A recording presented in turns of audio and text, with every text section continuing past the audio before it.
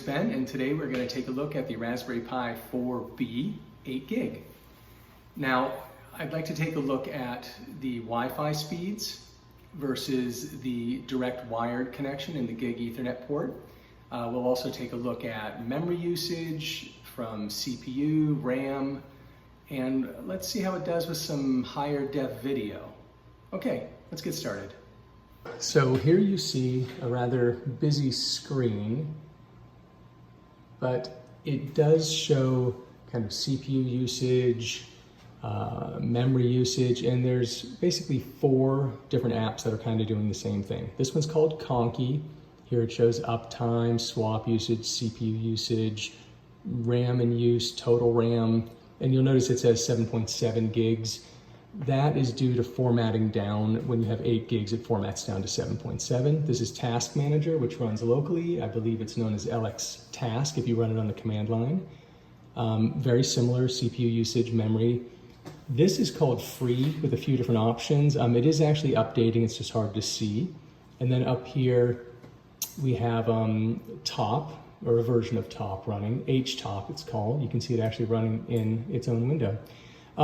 I've noticed that they sort of agree with what's going on.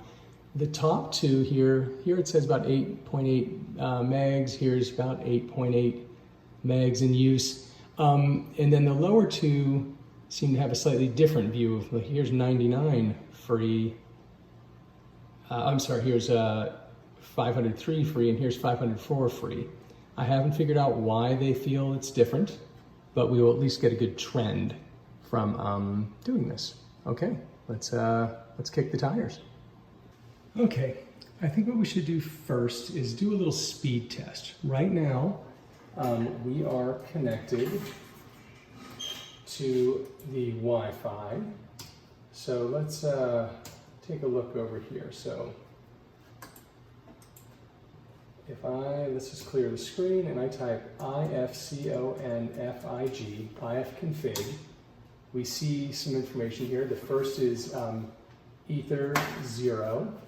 Oops, sorry, the mouse moved. ET80. That is your Ethernet cable if you have it plugged in, which I do not right now. The loopback, which is kind of an internal way of identifying itself. And then here is wireless LAN 0. If you have multiple Ethernet cards, it'll be ETH0, ETH1, or sometimes ETH0, 0:1, but usually 1, 2, 3. So here's our wireless, and here's the current IP, 172.16.0.37.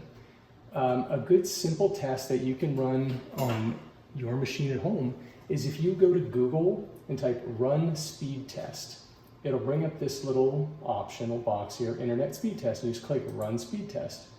And it'll check megabits download and upload.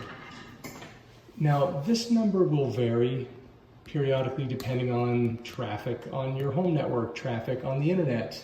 It'll vary based on your Wi-Fi speeds within your home, speeds, there's a lot of potential hang-ups, but it's a good kind of way right now to sort of see where we're at. So we got 47.5 megs down and 56.5 up. I'm going to disable the Wi-Fi. There's a little icon that you just click on and say, turn off Wi-Fi.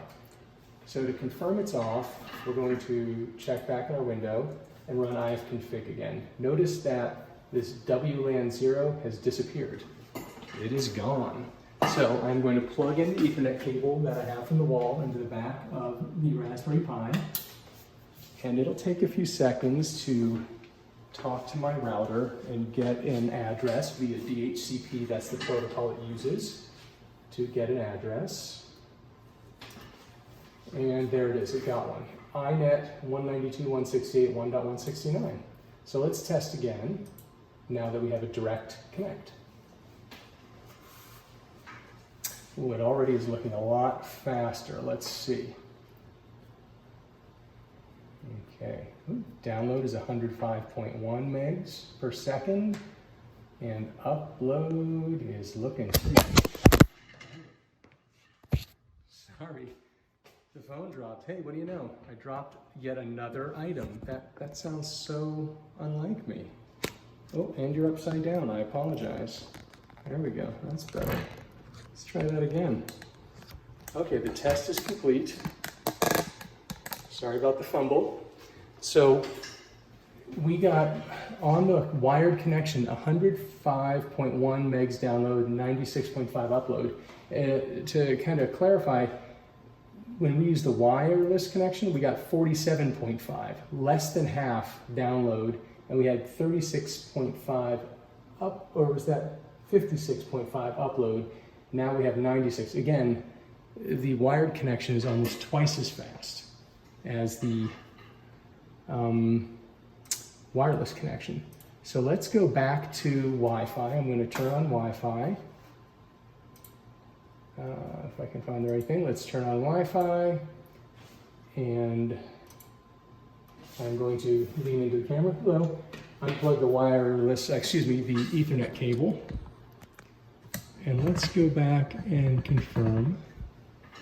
Let's see with our ifconfig. I'm just going to up arrow because it's Unix. ifconfig. Nothing yet. I'm looking right here and it shows that it's up, but there's no address yet. It shows that's my MAC address, my Ether MAC address.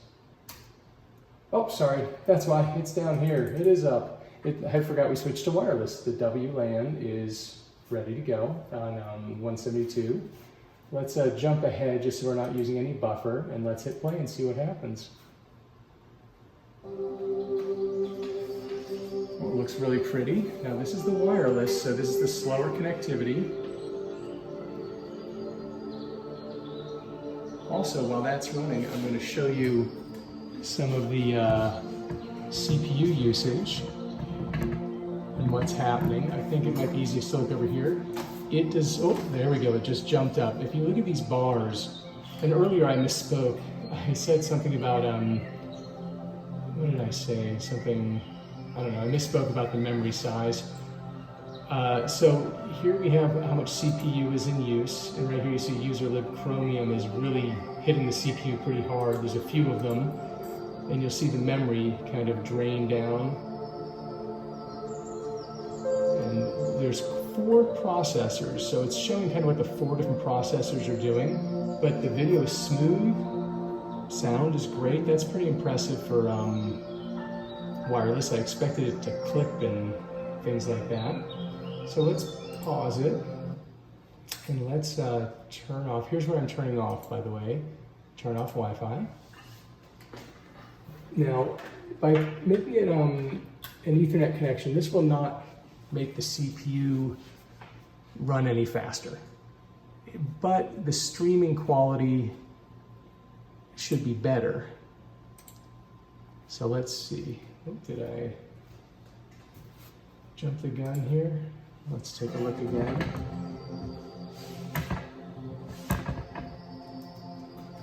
Okay, here's the address on the Ethernet port. Okay, here's the video with, let's go full screen on that. Here's the video, and we have our Ethernet connection. And it's looking pretty good. Now, this is not a 4K TV, however, the video is 4K, but it still looks pretty good. It's smooth, it's not clipping or trimming or doing any strange sort of freezing, or maybe it just did freeze. Oh, yeah, I spoke too soon. There we go, it just froze a little bit, but it seems to have worked itself out. And here we see, again, the processors, 4 of them are really jumping up in utilization, which I expected to be the same. I think that's normal. So that's pretty much it for now, but I think we really showed how much faster a direct connect can be. Again, that really does depend on a lot of what else is going on your home network. Okay, take care. Bye.